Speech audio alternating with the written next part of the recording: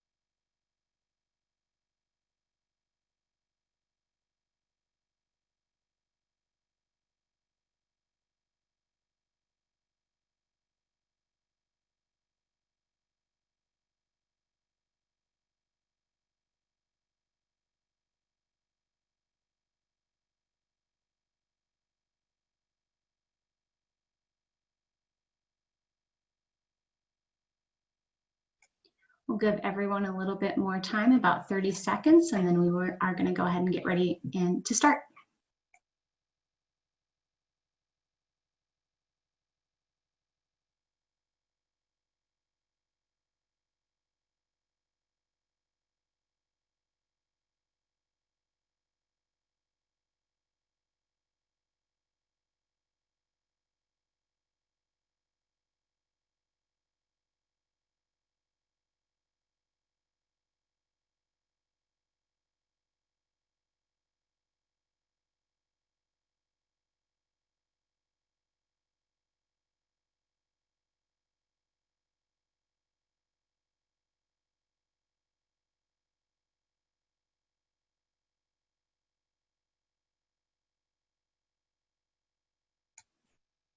All right, I'm going to go ahead and get started. Did have a comment that there was no audio. Just want to make sure that everyone can hear me now.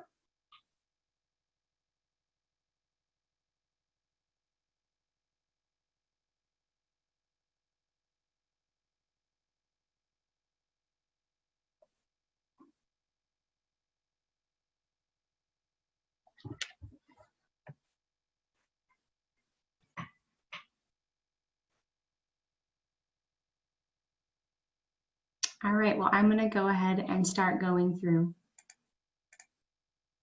Okay, thank you. Hello and welcome to everyone that has been able to join us today for the United for Business Roundtable. My name is Bryn Nelson, and I'm the Workforce Development Specialist for Mile High United Way for the United for Business program. The topic today that we will be discussing is jobs in the wake of COVID-19. We have 4 amazing panelists joining us today, who are each going to give us a unique view on what employment trends look like in the wake of COVID-19. I do want to say that today's webinar is going to include information for both job seekers and small businesses, as well as for nonprofit and public agencies that work within workforce development. Finally, I'd like to acknowledge Wells Fargo, whose support has made this event possible, and say on behalf of the United for Business team, thank you for your sponsorship.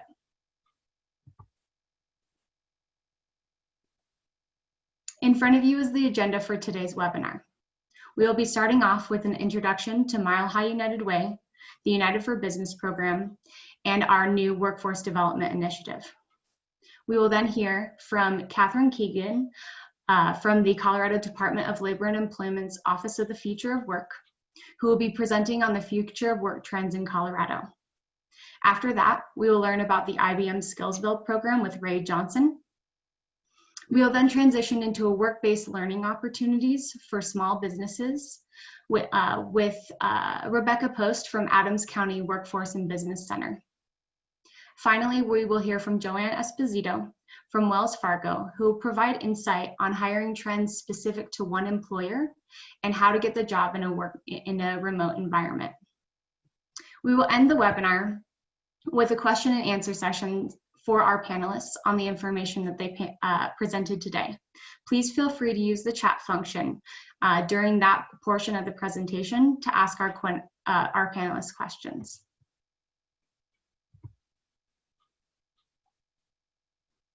United Way was founded 133 years ago in 1887. What's come to be known as a worldwide movement was founded right here in our backyard, as the first United Way was founded in Denver, Colorado. Today, our organization works side by side with the community to address critical needs facing our 7-county footprint, including Metro Denver, Boulder, and Broomfield. Our focus lies on changing the odds for all children, families, and individuals within our community so that we all have the opportunity to succeed. We accomplish this through a series of community offerings and initiatives that are driven by 4 community impact goals. These goals include ensuring all children enter school ready to read, ensuring all children are reading at or above grade level by the end of 3rd grade, ensuring youth graduate from high school ready for post-secondary education or the workforce, and ensure people can meet their basic needs and have the opportunities to move towards economic success. The United for Business program, who's hosting this webinar today, falls under that last goal, the economic opportunity impact goal.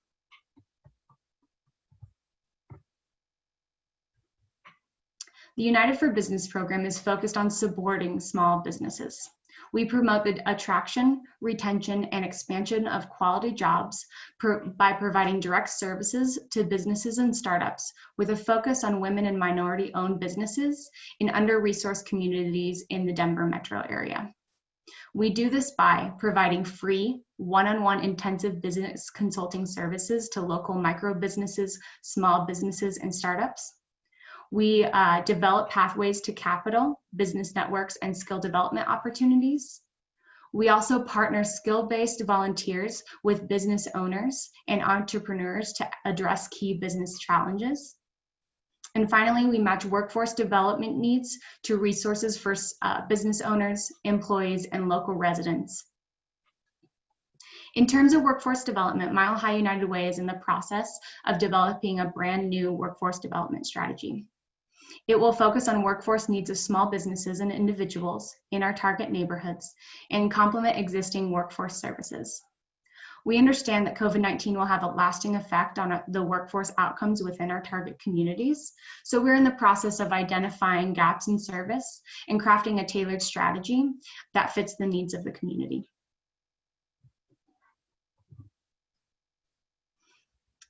As I mentioned, this roundtable would not be possible without the sponsorship of Wells Fargo. We are lucky enough to have both their financial support and their participation on our panel today. Wells Fargo is a longtime partner of United Way and has sponsored the United for Business program because they are committed to helping small business growth. Thank you to Wells Fargo for your support and participation today. And with that, I'm going to introduce our first panelist for today's United for Business Roundtable. Catherine Keegan is the Director of the Office of the Future of Work for the state of Colorado. Prior to this job, she has led career coaching, workforce development, adult education, and refugee resettlement programs in Boston, Texas, Indiana, and Colorado. She will be presenting on the future of work trends in Colorado and how COVID-19 has impacted these trends and what the path forward can be. Catherine, go ahead and take it away.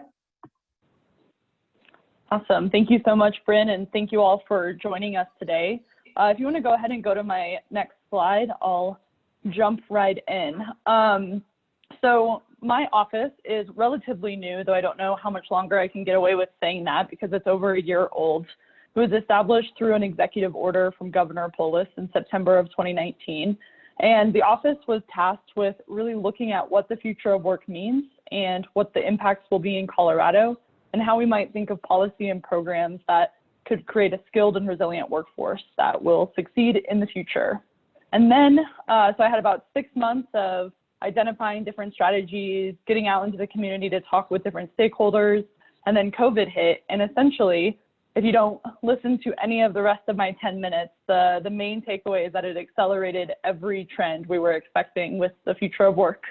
And so before I jump into all of these trends, I just want to sort of define what the future of work means and how we look at it at the Department of Labor and Employment, because if it was buzzwordy before, it's even more buzzwordy now, and it means a lot of different things to different people.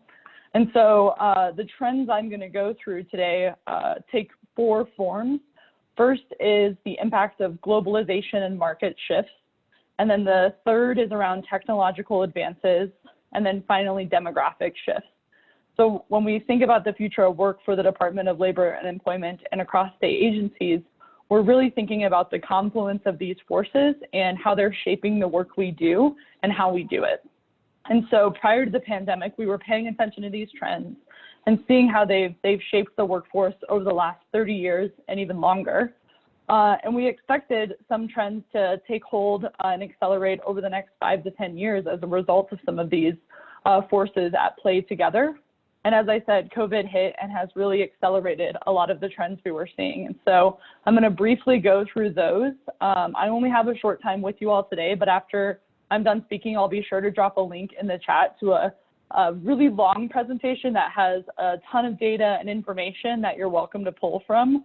If any piece of this interests you, I'm happy to answer questions during our Q&A section, but also happy to follow up after for particular data points or to dive deeper into any of these topics. So with that, I'll just start with globalization and market forces. So prior to the pandemic hitting Colorado and the country and the world, we were seeing that since the 80s, globalization had really extended supply chains. We were seeing that in the last 30 years, we had an increasingly connected world. That was shifting slowly over the last few years, but the impacts of those years and years prior had really put pressure on certain parts of our population. And that will be one of the things I highlight about the future of work trends is you'll notice that many of the same individuals, many of the same industries are impacted by these trends, even if the trends are sort of separate. And those individuals have also been most impacted by COVID, so we've all experienced impacts from COVID. So globalization in particular, we saw that those extended supply chains and the increased connectedness of our global markets led to people with high school diplomas being displaced out of work more often than those with college degrees. And we saw that some of the same industries that you'll hear about in the technological advances were also impacted. And so when COVID hit, we saw that all of these trends accelerated in the fact that the global interconnectedness we had experienced before started to slow down prior to the pandemic hitting, and then of course is at a near halt because of the pandemic. And we saw the impact on these extended supply chains and what that meant for production, manufacturing, and the services that we rely on.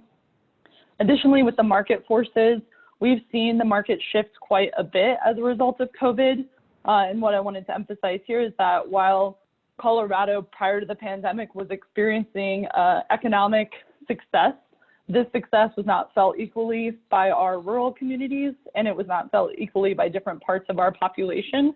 And we saw the proliferation of low-wage work prior to the pandemic as well. And this is a result of some of these global shifts as well as the market shifts that we've been seeing. So with that, if you want to go to the next slide. And so when we think about future of work, in addition to globalization and market forces, I think perhaps the most common association people have when you say future of work is technological advances. So how are technology advances like automation, artificial intelligence, and digitalization impacting the work we do? And how many jobs will they displace has been a common question amongst various people thinking about the future of work and thinking about their own future. And we've seen that the technology has played a part in changing the work we do already.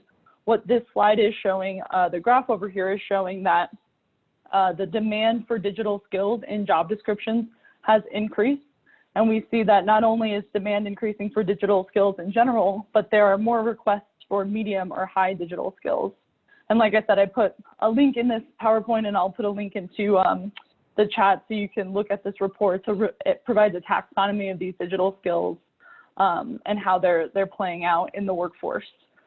And so with that, I think go to the next slide. I think I have another slide on this. We see that the tech advances and the increased demand for digital skills, as well as the impact of technology displacing some work, is putting people at risk depending on where they work and their education level. So again, similar to the globalization trends and the market shifts, those that have less than a high school diploma or less than a bachelor's degree even are more at risk of displacement due to technology because of the industries that they typically work in. And so when we think about automation and the advances there, we know that it will impact jobs that have more routine, non-cognitive tasks, such as food service, accommodation, production, while those industries that have more jobs that require uniquely human skills, such as more of the social emotional skills, such as education services, sometimes in some industries, the management, professional and scientific services, we'll see that those have less of a chance of having more of their jobs displaced. And so while I think it was in 2012 when one of the initial reports came out that was saying, hundreds of millions of jobs were going away because of technology, that's not necessarily the case. Certainly parts of jobs and tasks within jobs will be replaced by technology, and anytime there are more routine and non-cognitive tasks being done, you'll see those displacements. And so it gives us the opportunity as we think about skill development for ourselves, for our communities, for our employees, how are we making sure that people continue to build the digital skills they need and remain competitive and work alongside technology is, I think, our main sort of mandate. All right, to the next slide. And so with this, we also sort of shifting to the impact on these vulnerable jobs and populations. COVID, in addition to impacting everyone, has hit first and hit hardest for our low-wage earners. And so typically our low-wage workers are people of color in our diversity and in our increasingly diversifying state. Often our younger populations are in these low-wage positions. They're often in the same jobs and industries that are most likely to be displaced due to technology, like the food services and accommodation. And they're the same industries that were impacted in the past by globalization and market shifts. So this slide is from a McKinsey dashboard they created around vulnerable jobs due to COVID.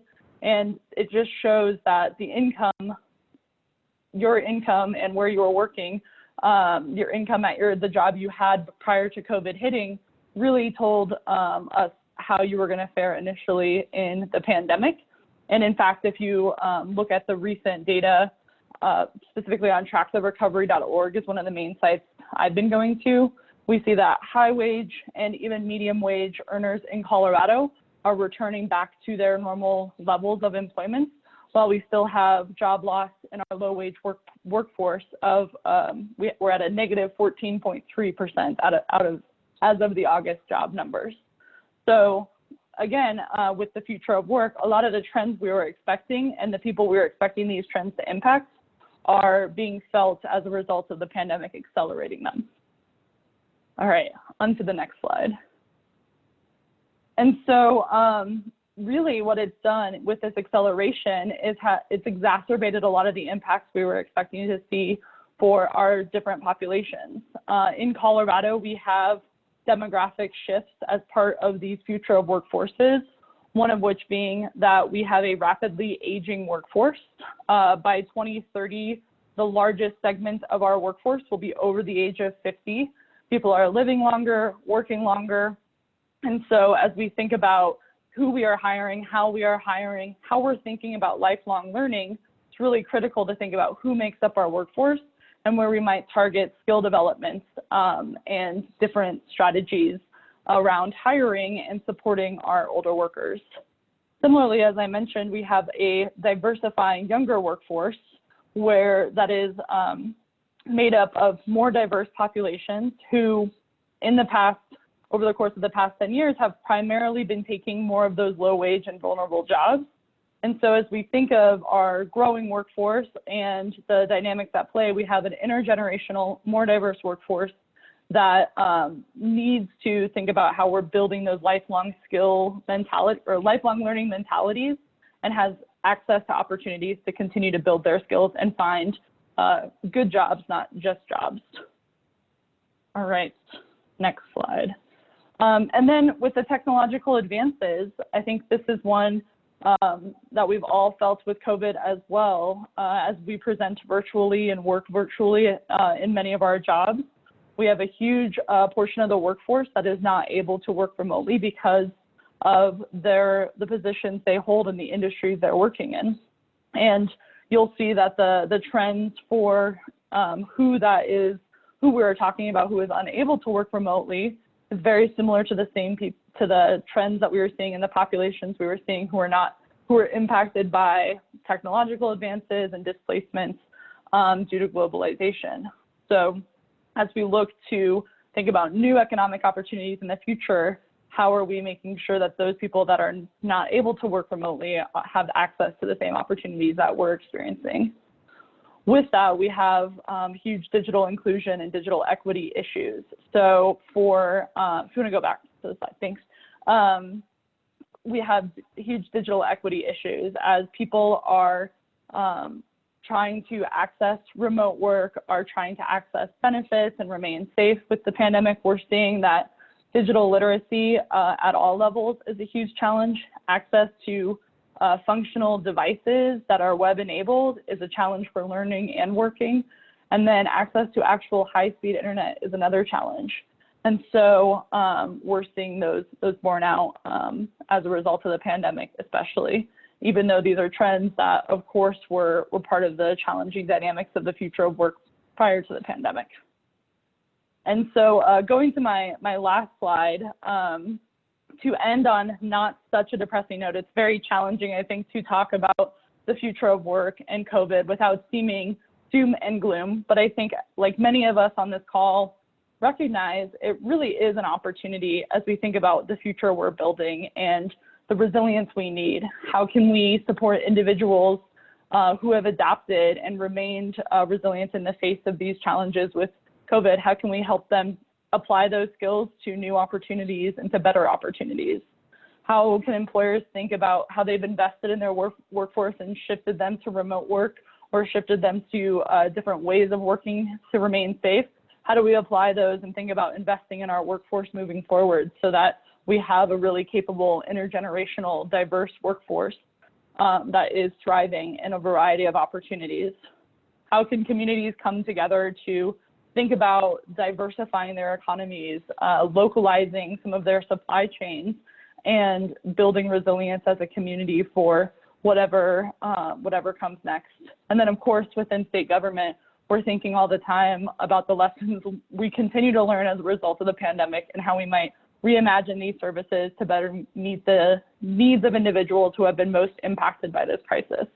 So while it is, while the stats and the trends are stark and, or dark, I should say, and it is disheartening in some ways, I think many of us are trying to capitalize on these opportunities to really make a difference when it matters most. And so I'm excited to hear from our other presenters about opportunities that they're providing and ways we can think about supporting job seekers, employers, and communities overall in the future of work. So thanks for having me.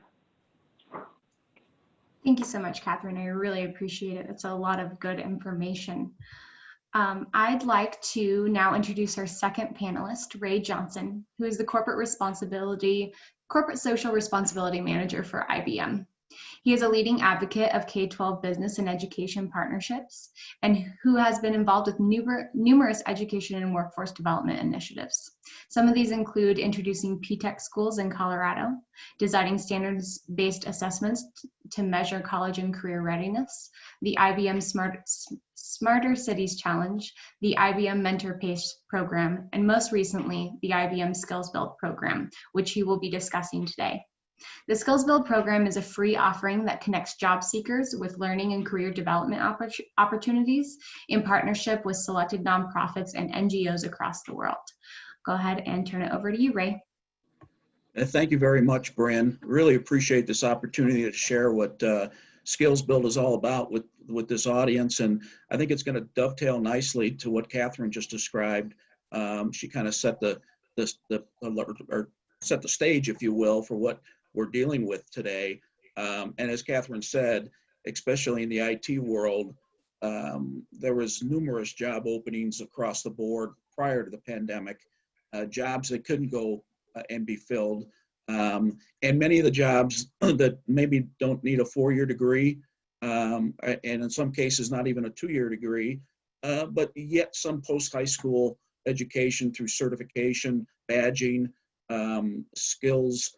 You know, we all hear about skills-based hiring nowadays, and an opportunity for people to demonstrate what those skills are that they have to an employer. So SKILLSBUILD is trying to address a small piece of what Catherine described in our own little way. And as Bryn mentioned, it is trying to target those that have maybe struggling right now. As COVID hit, like I mentioned, the need was there prior to COVID. IBM already had a robust internal education system that our own employees took advantage of digitally. And we just took that and kind of massaged it a little and said, hey, look, why don't we share this with external audiences to help people, excuse me, gain the skills they need for employment today. And addressing some of these same employer folks that Catherine described, folks like, it could be refugees, it could be veterans, it could be folks that were displaced because of the pandemic. You mentioned the service industry. You know, so a lot of those folks haven't had jobs to go back to and won't have jobs to go back to as places have closed. And in the IT world, the need is still there. So SKILLSBUILD provides a digital learning platform that includes coaching, personalized coaching, and experiential learning as well. And I might add, just tag on to what Bryn said about the focus of this. Right now, we're launching in 15 cities across the United States. Denver is one, and I'm proud to say that we're partnering in Denver with Mile High United Way. So it dovetails nicely with their United for Business initiatives. So we're looking forward to that. We haven't launched quite yet. Like I mentioned, SKILLSBUILD is still new. It doesn't mean others cannot use SKILLSBUILD. You can move to the next slide if you don't mind. It doesn't mean others cannot use SKILLSBUILD. It's just that the folks that do it through a IBM NGO partnership will have a little more help and support. So basically what it is, again, is it's a free program. SKILLSBUILD.org, by the way, is the website that folks can go to. So it's free content, not only from IBM, but from other industry partners as well. And I mentioned we're partnering with NGOs. There's personalized coaching involved with through those NGOs that we partner with. And there's also IBM branded industry badges that students, if you will, can obtain and be able to demonstrate that they've learned a particular skill, the experiential learning, and also access to a reporting dashboard so you can track everything. You can learn what others are doing. You can connect with folks, and you know, we maintain it all at IBM, but we don't want to consider this just an IBM program because the outreach in terms of the audience we're trying to reach is much beyond IBM. What I want to say that it is not a job match program by any means. It's not saying that, hey, you complete this program and there's a job opportunity on the table. That's not what this is. This is just to provide folks skills they need for whatever reason.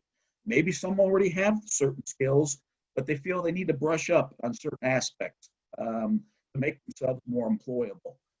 And even though, you can go to the next slide, please, Bryn. And we'll go from there. So I mentioned the digital content and the personalized coaching. So this opportunity where IBM gets involved with our NGOs, and in this case in Denver, Mile High United Way, is we'll have employee volunteers serving as coaching. We're also going to have an employee dedicated to Mile High United Way full-time for the first, most likely 6 months while we launch this, to really make sure it's a robust opportunity for as many people to take advantage of as we can find, again, through Mile High United Way. So it's basically based around IT. You can go to the next slide again, Bryn. I mentioned the badges, so there's all kinds of different badges and different subjects. I mentioned that we're focusing on IT because this is IBM obviously is an IT company. You can go to the next slide because the badges I already really talked about. And experiential learning. Yeah, go to the next one because I want to get to the, there we go.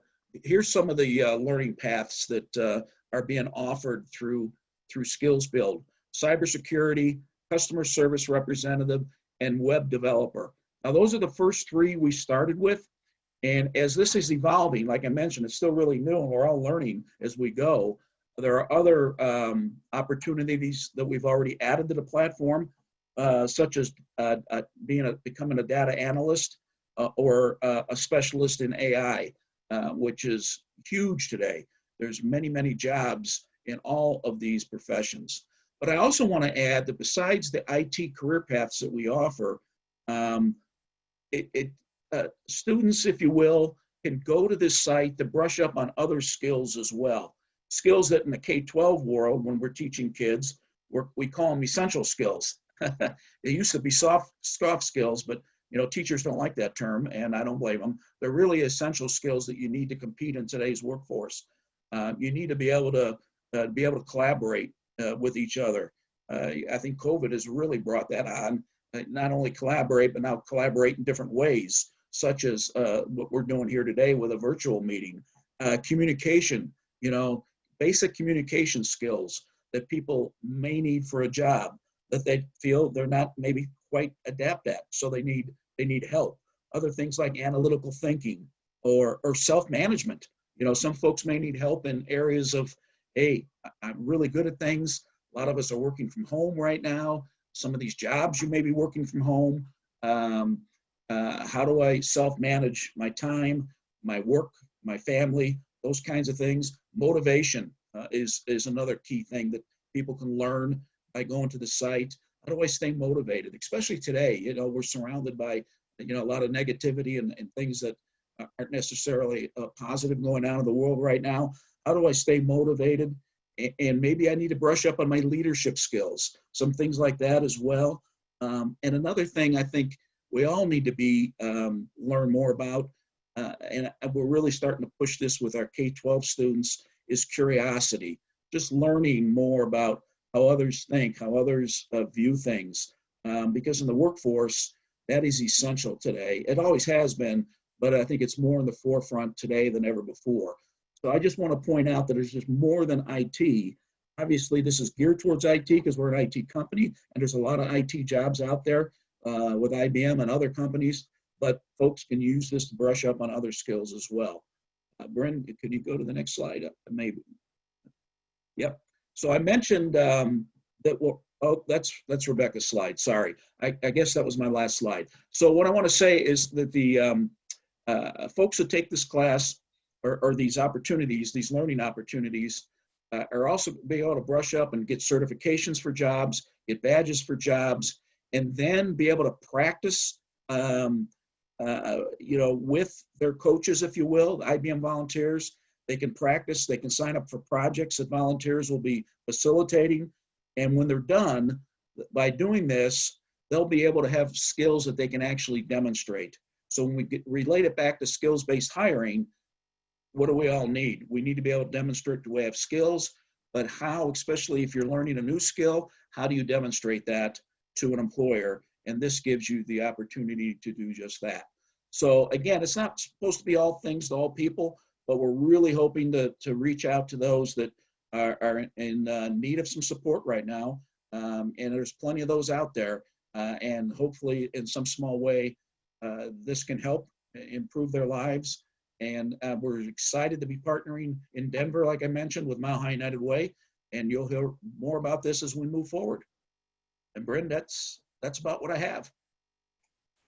Absolutely. Thank you so much, Ray. I really appreciate it. We'll go ahead and turn it over to our third panelist. She is from Adams County Workforce and Business Center. Rebecca Post is a business development representative who has been working in Adams County for 18 years and has extensive experience in workforce development. She is committed to helping local businesses succeed and grow by assisting them with finding well-qualified, career-minded talent, providing workforce intelligence, and connecting them with the right resources. She will be presenting today on work-based learning opportunities for small businesses. Thank you, Bryn, and thank you for having me here to talk about workforce and the needs that are of today during COVID.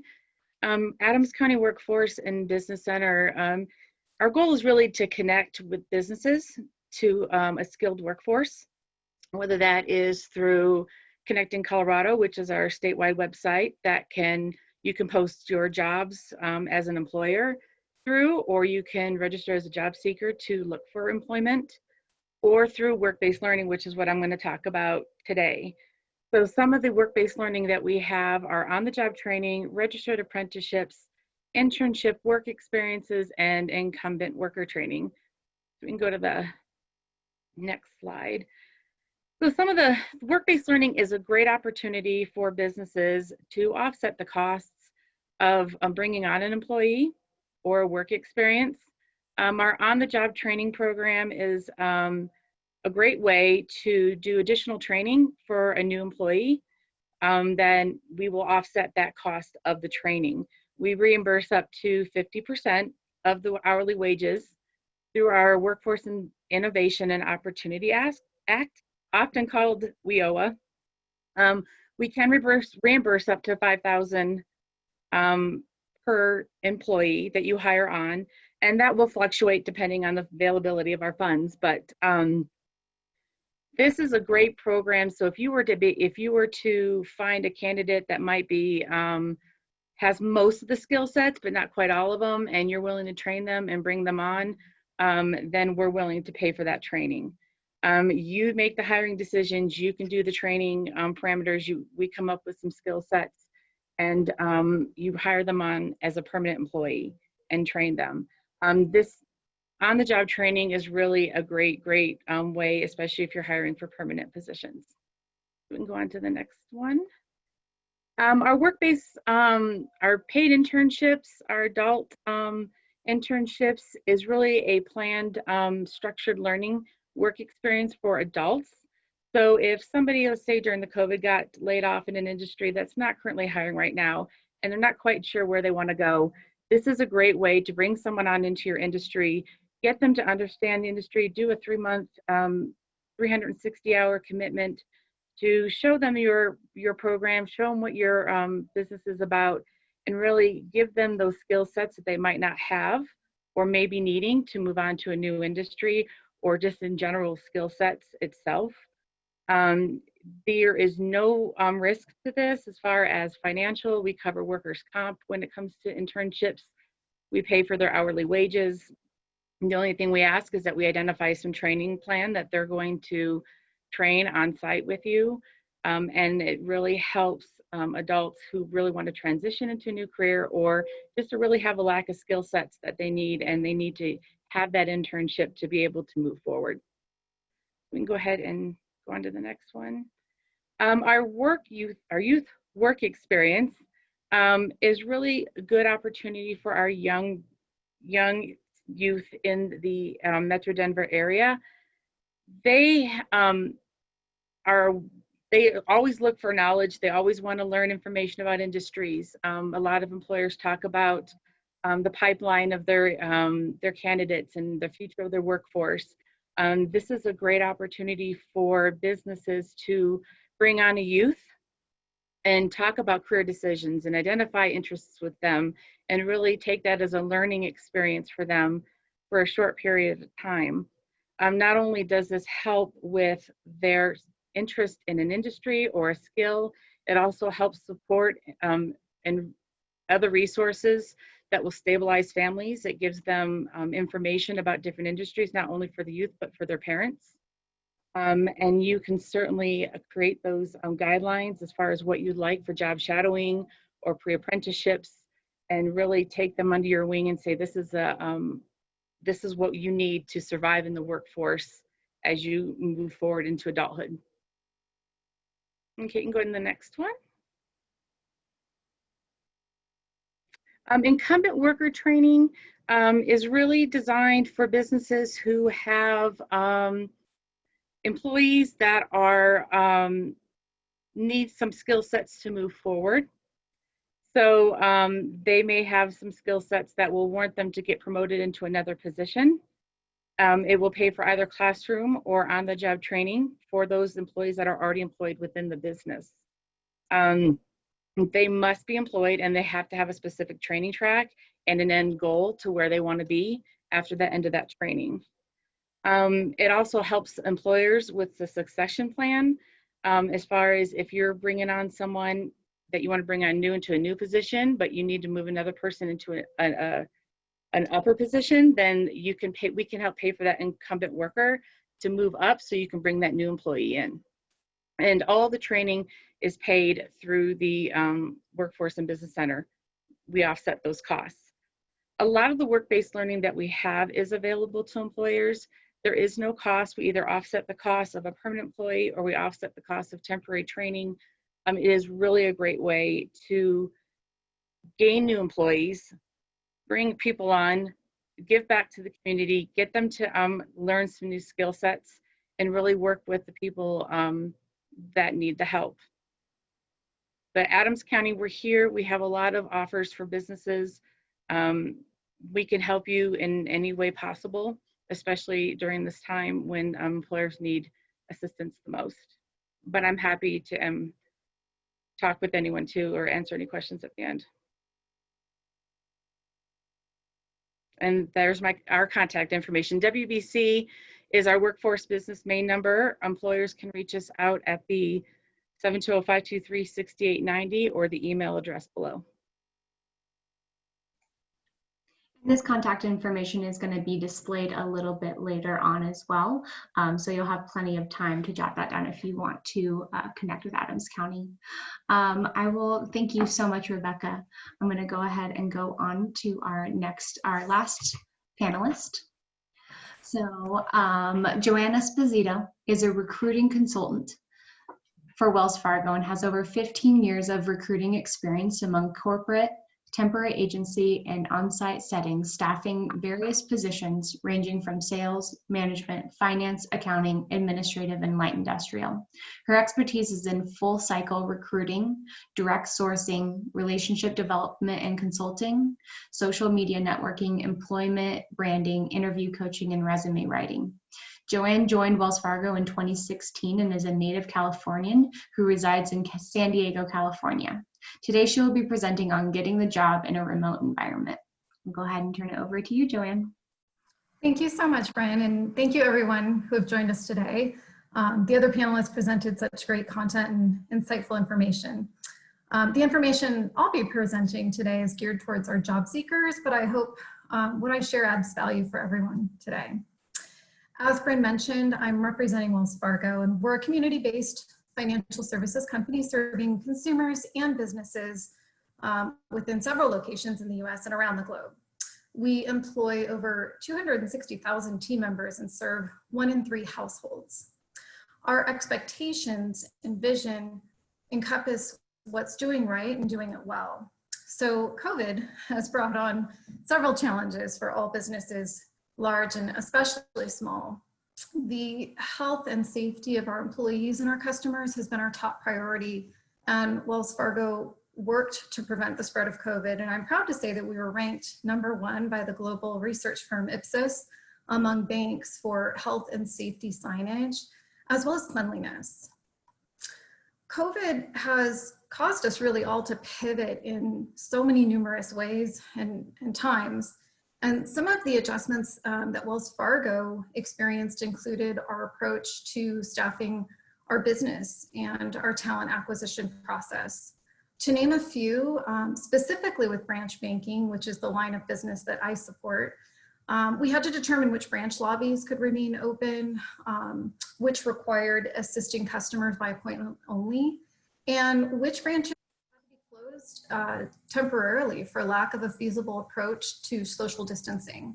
So this in turn caused an evaluation of our staffing needs to really determine where we can utilize those additional employees at our closed branches instead of initiating furloughs or layoffs.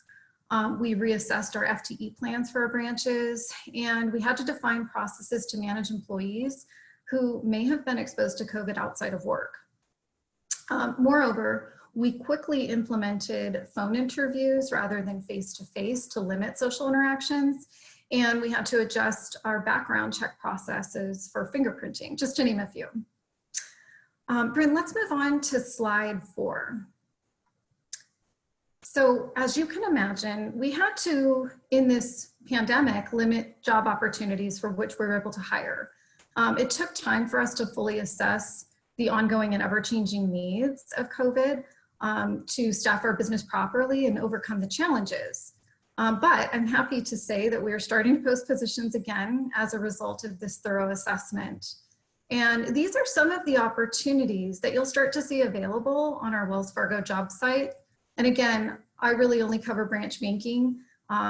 Mortgage is another line of business, and we have, gosh, over, I think, 80 lines of business to explore on our job site. And I'll actually have some links at the very end of the presentation for our job site as well. But I think it's important for job seekers to have some crucial resume tips in their back pocket. So thank you, Bren, for moving on to the next slide. Some of these tips may seem rudimentary, but you'd be surprised how many resumes I come across with spelling errors, poor grammar, or if you can believe it, their contact information isn't up to date, so I have no way to get a hold of the candidate. And so it's important to proofread your resume more than a few times, maybe even have a family member or a colleague or a friend read through it as well. Also, ensure your objective or summary really relates to the job to which you're applying. Again, I've seen numerous resumes where the objective is the applicant expresses their desire to work at Chase or an accounting role versus sales. So something completely different from the job to which they're intending to apply. Again, accurate dates of employment, and I definitely recommend a reverse chronological order so that your most recent work experience shows or is displayed first. However, you can finagle this for different needs, such as maybe your prior work experience is more relevant to the job to which you're now going to apply. In that case, and it's very rare, then you could go out of chronological order and place that work experience towards the top of your resume to highlight the skills and experience that really correlates to the position that you're applying. Also, not enough or too much information can be an issue. Well, not enough information or too much on your work experience, that is. And so it's important to note that hiring managers and recruiters typically spend on average 20 seconds only reviewing a resume, because we can get hundreds of applicants or resumes to review for just one job opening. So the information on your resume really needs to pop and count. So using bullet points and short sentences to highlight your work experience or achievements is a great way to make it pop. Also, using action words like managed, developed, instigated, can really stand out and describe your impact and experience. Also, I would say quantifying your achievements. And what I mean by that, for example, is managed a department budget of over 100,000. So that again really shows and highlights the impact that you had on the organization in your role. Also, I would definitely keep embellishments on a resume to a minimum and use a font that is very easy to read and flows well, because again, the average time is about 20 seconds to look at a resume and really review it and take in the information. Now, if you're a web developer, so to speak, maybe you want to add some visual interest to highlight your skills, but at best, keep it to a minimum. And let's move on to our next slide, because COVID has definitely brought on some different practices for interviewing. So a lot of the interviews are being conducted over the phone or via video. And this can be a very different experience that you may be used to from face-to-face interviews. So I wanted to share a few items to really keep in mind. So I think for any interview, preparing before the interview is crucial. Familiarize yourself with the job description and the qualifications of the role. Also, definitely research the company or the organization using their company website. You can also Google them for additional information, and you can review their LinkedIn profile as well. Prepare some insightful questions to ask the interviewers that will really show your interest and show that you've done research on the role. One of my favorite questions to ask in any interview is to inquire how your performance or how my performance will be measured in this role. Maybe ask about the interviewer's background. I think those are really key questions to ask. And oftentimes you want to ask insightful questions that will, again, show your interest in the role. Also, be prepared to really share your past work experiences and situations that are required for the role. So again, review the job requirements and the job description to prepare these stories that you want to share, or these achievements or challenges perhaps that you've overcome that truly do correlate to the position and illustrate that you are a great fit. And also practice articulating these stories to yourself, to a coworker, to a family member, maybe your dog even, someone who will listen, so you can hear how you're presenting and articulating the story and making sure that it's very thorough and descriptive so you have a great impact for the interviewer. Also, find a quiet place that's private, well lit, void of distractions, and of course, place your phone on silent mode if it's a video interview. Now, for phone or video interviews, it's great to be cognizant of your pace. Oftentimes, we're nervous in an interview. That's completely natural. And what that does in turn is cause us to speak really quickly. Well, someone over the phone might not catch what you're saying, or sometimes it can be a faulty connection. And so if you're speeding through your answers, the recruiter or the hiring manager on the other line might get every other word. So just try and slow down and try not to be nervous, which I know is hard. Speak with an upbeat and friendly tone. I think this is most important on the phone, because again, it's hard to see a person it's hard to hear a person smiling over the phone unless you're actually doing that. So I've had interviewers or interviewees, sound incredibly flat over the phone. And I know just from experience, they're super nervous. And so I'll just start out the interview by thanking them for their time and how's your day going? And then they don't answer or reciprocate back. And so I know right then and there, they're probably really nervous. And also they're not smiling. So to a hiring manager who maybe doesn't interview all the time, that might come across as not being engaged or interested in the role. And so that's the last thing that you want to do. So really practice smiling and being engaging over the phone. Also, sometimes there can be a little bit of a delay over the phone or in a video. So it's important to really listen first, pause, and then begin to answer. What can sometimes happen is the interviewer and the interviewee start to interrupt each other, which obviously isn't intended. But again, if you just slow down the pace and wait for that interviewer to finish their question or their comment, it will be a lot more productive. Now, things can always go wrong, Murphy's Law, right? So if your phone call disconnects, a great tactic before the interview even starts is to obtain the interviewer's phone number or let them know, hey, you know what, I might have a faulty connection. Please let me know if it starts to break up. So then that way you prepare them for perhaps if something does go wrong. Sometimes noise will interrupt us, a siren, a dog barking, family members, whoever it might be. So again, just pause, apologize to the interruption. I think in the wake of COVID, we're so used to these now. So it's a little bit more common and not as taboo as before, but again, still make sure that you apologize, try and calm those nerves, because that can, make us very nervous when those kinds of incidents happen. Again, if you have an interruption where you have to step out of the room, mute your phone or mute the video until you can get into a better location that's more appropriate to continue the interview. And Brent, if we go to the next slide, I wanted to provide some resources and some links that might be helpful if you're interested in, pursuing a career at Wells Fargo or just understanding our company a little bit better.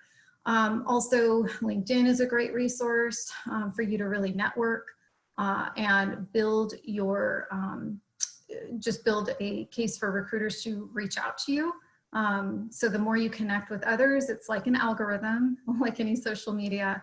And so that will really increase your chances in being contacted by a recruiter. On the very bottom right, the Muse, this site is a great site to gain a lot of insight on Wells Fargo's career opportunities, our culture, what it's like to work at Wells Fargo. We also have a military job translator for those who are veterans and looking to assess what skills they had in the military with their MO and how that can fit into jobs at Wells Fargo. Thank you so much, Bryn. Wonderful. Thank you so much, Joanna. I really appreciate it. That was wonderful information. We are going to go ahead and transition into the question and answer portion of the roundtable today. So we will ask everyone to use the chat function to submit your questions for our panelists.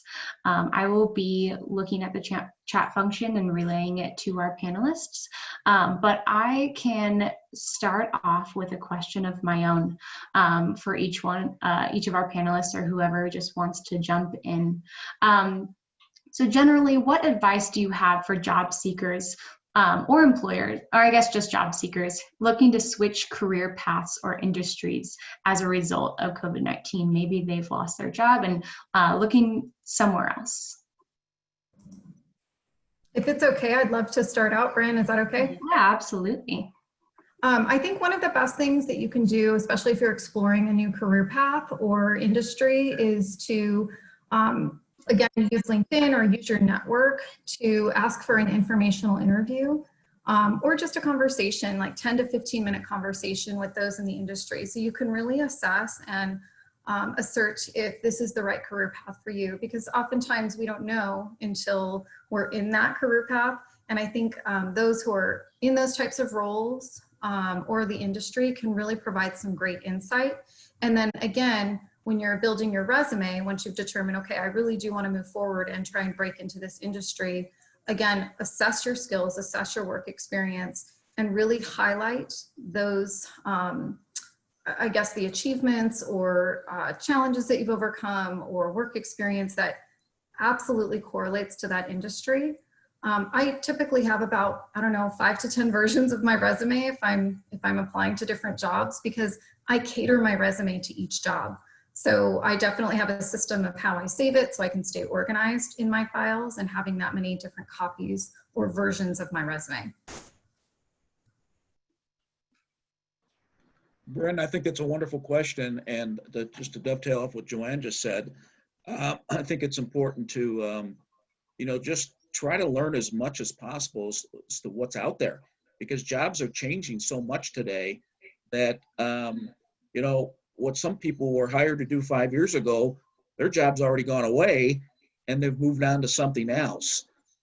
So it's not so much looking for a specific skill, but be open to have a kind of a wide range of skills to make yourself employable, because things keep changing so quickly. And through SKILLSBUILD, for instance, with the IT jobs that I described, there's a way to learn about what they are, to explore and get some kind of definition at least, so you have an idea what you might be going into if you take some of those classes or online learning opportunities, or if nothing else, take a couple of them because they're free, and that gives you an idea, hey, this is something I'm interested, or perhaps it's not, I'm not interested, but it gives you a kind of level set. And that's what I recommend, just exploration. Yeah, I'd like to piggyback on that. Exploring your options, knowing what skills that you have that can transfer into other industries helps. And a lot of people don't realize that they have a lot more skills than they actually do. So sometimes I recommend writing down what they've done day to day, and that can kind of help identify those skills that are transferable into different industries. The other thing is the Workforce Center has a thing called Job Club, where we bring in employers and we talk with them about the different skills that they need, interviewing skills. They can network with other job seekers. We also have Star Chamber, where we can we have a panel of us, and you can ask us questions and how you engage with employers, or how do you do a resume, or we have classes that you can take if you're lacking skills, classes that way as well. But really, I like the idea of working and talking with different industries to get those information about anything that you might be interested in. And of course, our work experiences, we're going to help too.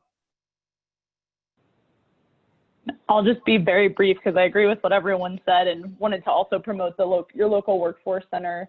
And as you think about building your network or leveraging your network, consider your local workforce center as part of that because of the career coaches and the different programs they have access to.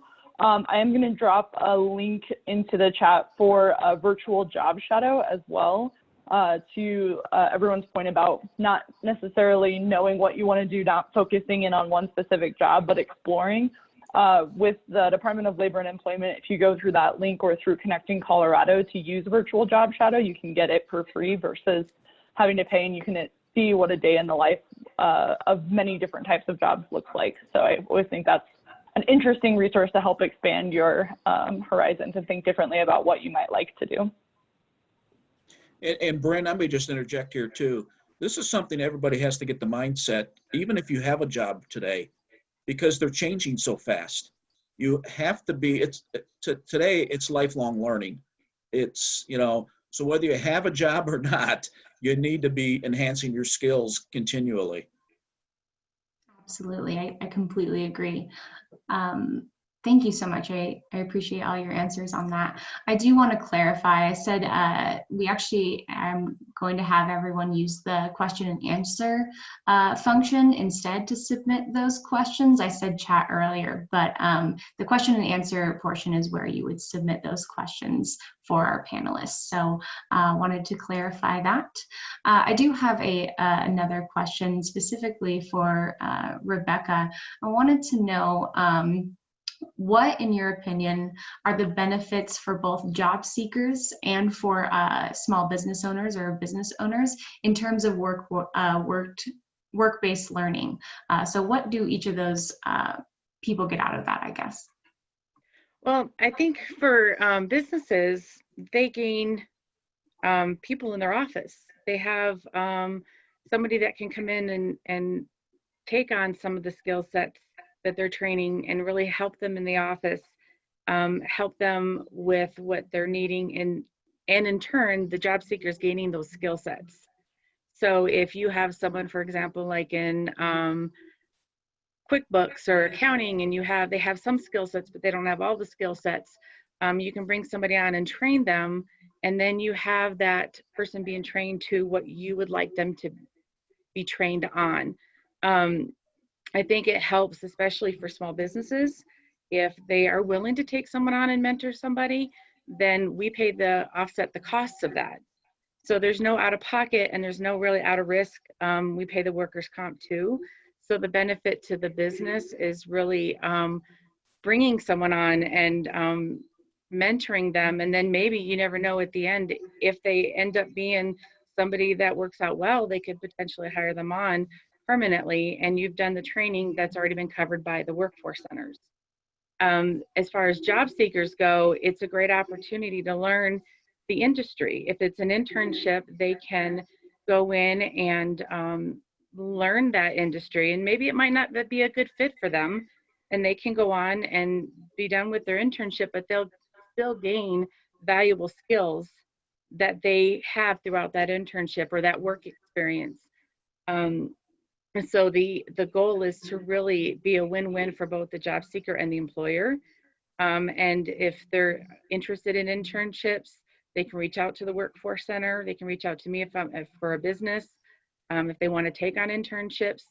But really, it's a benefit for both. It's the skills that they're going to gain from a job seeker perspective, and that valuable information for the industry, and the employers, they're really going to gain somebody that they can take on and mentor, and really might be a valuable part of their team down the road. Awesome, thank you. I really appreciate that. All right, looks like we do have a Q&A. So for Rebecca, looks like this one is also for you. Do people need to be residents of Adams County to access support? And what about for employers? They weren't sure if you had mentioned it yet. Oh, no. Well, for job seekers, they don't have to be a resident, and they don't have to be a resident for employers. I work with a lot of businesses. A lot of them are in Adams County. Some of them are in the Metro Denver area. They don't have to be a resident to access services. And as Catherine said, there's workforce centers throughout the entire Metro Denver area. And once you're registered with one, you can access a lot of the services across the Metro Denver area. So if it's an employer, you can certainly reach out to us. We're willing to work with you. You don't have to be in Adams County. And as far as job seekers goes, you can access training, you can access job postings, or reach out to the employers through the workforce center, and you don't have to be a resident, no. Wonderful. And we do have all of that contact information up on the screen now. So if you are interested in your small business or a job seeker, you can go ahead and contact Adams County through the phone numbers or email on the screen. We have another question here. This one will be for Ray. So are the IBM SKILLSBUILD resources only in English? You know, I'm embarrassed to say I need to check. I know in the beginning they were, but I know we were working to include other languages, including Spanish. I'm not sure if it's available yet in Spanish, but if it's not, I can assure you we're working on it. Like I mentioned, this is still a pretty new program, but Spanish and other languages are very important that we get those included. So if it's not there, and it could be already, I would need to go look. It will be. Wonderful. Thank you. We are really excited about that partnership and having that platform available. So thank you, Ray.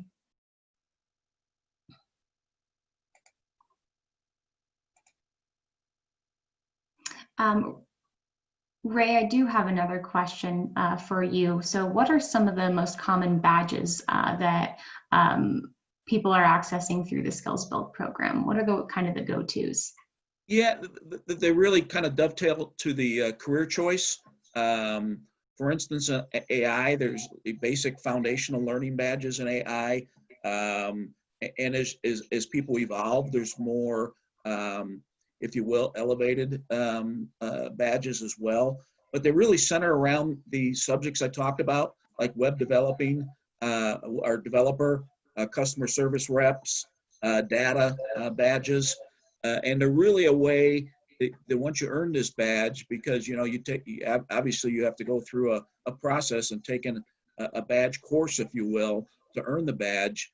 But once you do and you earn the badge, it's an IBM industry certified badge that not only demonstrates a skill, but you can put on a resume as well. So there's a wide variety of badges. There you go to skillsbuild.org, and they're all there. They're all there. You can see them all. I had some on the slide that I had up here, Bryn, but they're across the board, if that helps. It does. Thank you.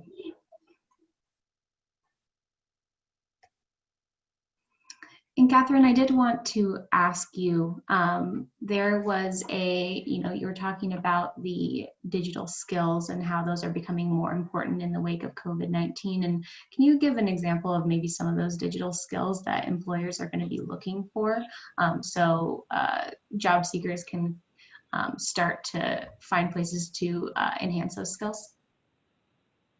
Yeah, absolutely. And that's actually part of the work that my office is taking on for this next year, because of the challenge that digital literacy, similar to future of work, means a lot of different things to different people. And so I think in many cases when employers are looking for digital skills, it's really some of those foundational pieces about leveraging technology, whether it's project management tools, remote work tools, or things like that. And Microsoft, as part of their Global Skills Initiative, has actually released for free some learning pathways about those basic foundational digital skills on their website. So I think that's a really great resource to start.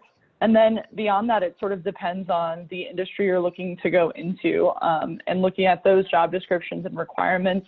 that you see there, and if there's any particular technical certifications, and then finding whether it's through your workforce-centered training options or even with these resources like IBM SKILLSBUILD, connecting that to those specific jobs. So I think it's very broad, but just making sure that you are communicating you have those foundational digital skills through your interview process and mentioning those as they tie to the specific job description.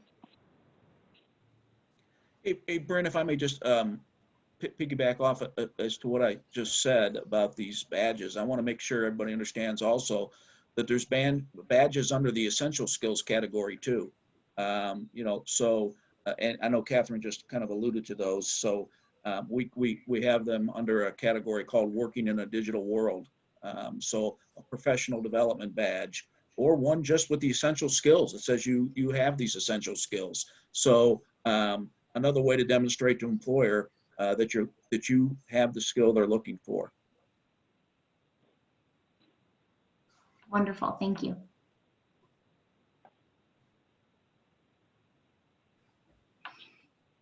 And then to continue the conversation on skills, and especially particularly to one employer, Joanne, what are some of the skills that are Wells Fargo, at least in your position, you're looking for within the open positions? What are the most, like maybe the top 2 or 3 skills that you're looking for on someone's resume? Gosh, yeah, within branch banking, there's so many different positions, all the way from teller to licensed roles to management roles. And I think the one that translates across all of those different positions are interacting with customers and having that experience where you've really had to engage with them to understand and assess their needs. I think that's probably across the board within many different positions in retail and other industries, probably one of the top skills that are desired, especially at Wells Fargo, because our purpose is to serve our customers and meet their financial needs. So I think listening skills is really important, and showcasing, you know, maybe how you did that in your current or past roles, and how you made recommendations or provided solutions to customers. So those are some of the soft skills that we look for. The hard skills, or we call them required skills, would more so be how many years of experience do you have with interacting with customers, or how many years of leadership experience do you have, or do you actually have a Series 6, 63, 65, 7, etc. So I think what the customer interaction skills is what translates across all roles, and then those hard skills, like I just mentioned, that are unique to each role. Wonderful, thank you. Absolutely. Well, it looks like we don't have any other questions in the Hey, chat. Bryn, Yeah, sorry to keep interrupting you. No, I you're just good. did my homework. I apologize for not knowing this because I'm not on the SKILLSBUILD official team, our development team that works with it every day. I just checked the site. It is already available in Spanish, in Japanese, if anybody's interested, in German, and French. Cool. Great, I'm glad to hear that it's available in those languages. That's wonderful to hear. Thank you. Well, if there does not look like there are any other questions within the question and answer function. So I would like to say, on behalf of United for Business, thank you so much to our 4 panelists for taking the time to be on this webinar today. I think that each of you had a very unique view and unique information on jobs in the wake of COVID-19, and really happy that we were able to get that information out to people today. So with that, I'd like to say thank you so much to our panelists. Thank you so much to everyone who has joined in with us today. And like we have the contact information up on your screen if you would like to contact any of us in the future. So with that, I will be ending, and I hope everyone has a good rest of your day. Thank you.